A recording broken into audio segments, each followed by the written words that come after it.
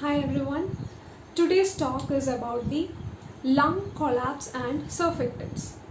First we'll deal with the lung collapse. We know that collapse simply means to get destroyed. Okay, how comes the lungs collapse? There are several chances by which the lungs can be shrunk and collapse, and as a result the air from the alveoli can be trapped into the outside of the lungs, okay, between the lungs and the chest wall. Okay, so by means of collapse or shrinkage of these lungs, what is happening? The air inside the alveoli are small air sacs within the lungs, okay, where the air resides. Okay, so air can be trapped, air will be escaping from the alveoli and will be trapped in the space between the lungs and chest wall. Okay, that is what is called as the pleural cavity. Okay, so we can say that lung collapse is the condition in which the air is abnormally trapped into the space between lungs and chest wall by means of some structural abnormality of the lungs. Okay, so we have seen what is lung collapse. Okay, next we are going to see about the major reason for the lung collapse, how the lungs can be collapsed. Okay, so the major reason for lung collapse is the recoiling tendency of lungs.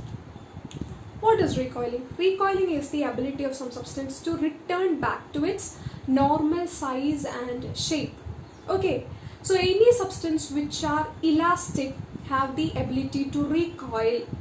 Okay, so we know that the lung is an elastic organ. Okay, upon expansion it comes back to its normal size and shape. Okay, so the lungs is just like a rubber band. Okay, so it can be stretched, it can be returned back to its normal size. For stretching it needs energy, and for return it is far more easy to return back to its normal shape, right? That is, this process is passive, stretching is active, and resuming its normal size is a passive procedure.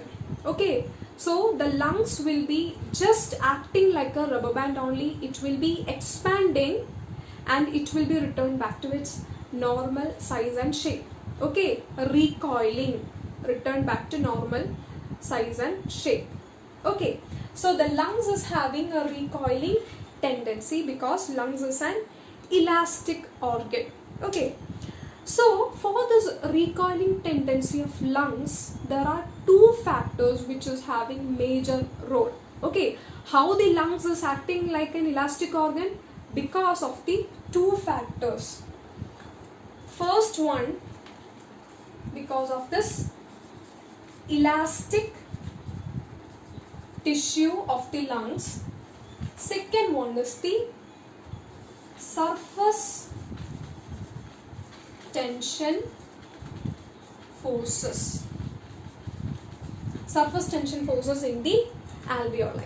Okay, first factor is the elastic tissue. The lungs is composed of elastic tissue. Okay, the connective tissue of lungs is having deposition of a protein known as elastin. Okay, these connective tissues of lungs is having a deposition of both collagen and elastin protein. So by means of these proteins, the lungs get its elasticity. Okay, so when the lungs is getting expanded, what is actually happening?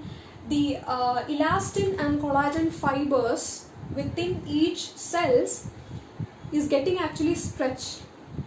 Okay, that we can say that it is by the stretching of this elastin and collagen fibers the lungs is getting expanded. Okay, just after the expansion, the passive recoiling of these elastin and collagen fibers is being taking place, so that the lungs will be returned back to its original shape. Okay, original shape of the lungs is, it is having minimal size.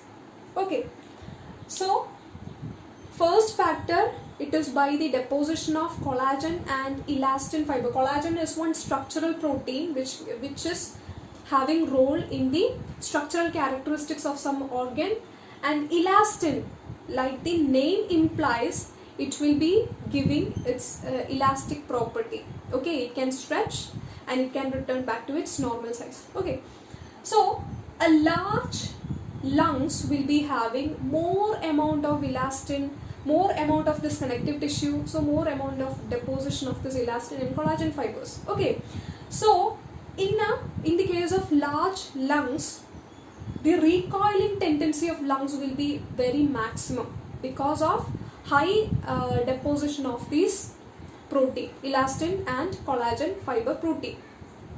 Okay, so when we are comparing a small sized lungs and a large sized lungs, we can say that the recoiling tendency of large lungs is very much maximum than that of the small lungs.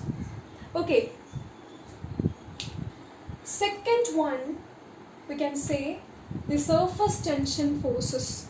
Okay, just let me tell you how the recoiling and collapse is related.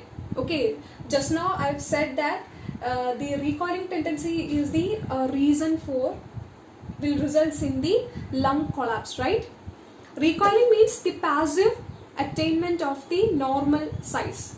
Okay, it is a force by which the organ return back to its normal size.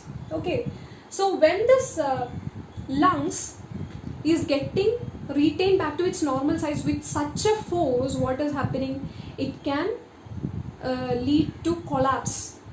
Okay, the lung can get collapse. Okay, if the recoiling tendency is maximum, the lungs will be having maximum force to return back to its normal size. It can lead to the lung collapse and the trap of the air into outside of the lungs in the pleural cavity. Okay, when the air is depositing or accumulating in the pleural cavity, what is happening? The pressure within the pleural cavity will be very much higher, which makes the respiration more difficult.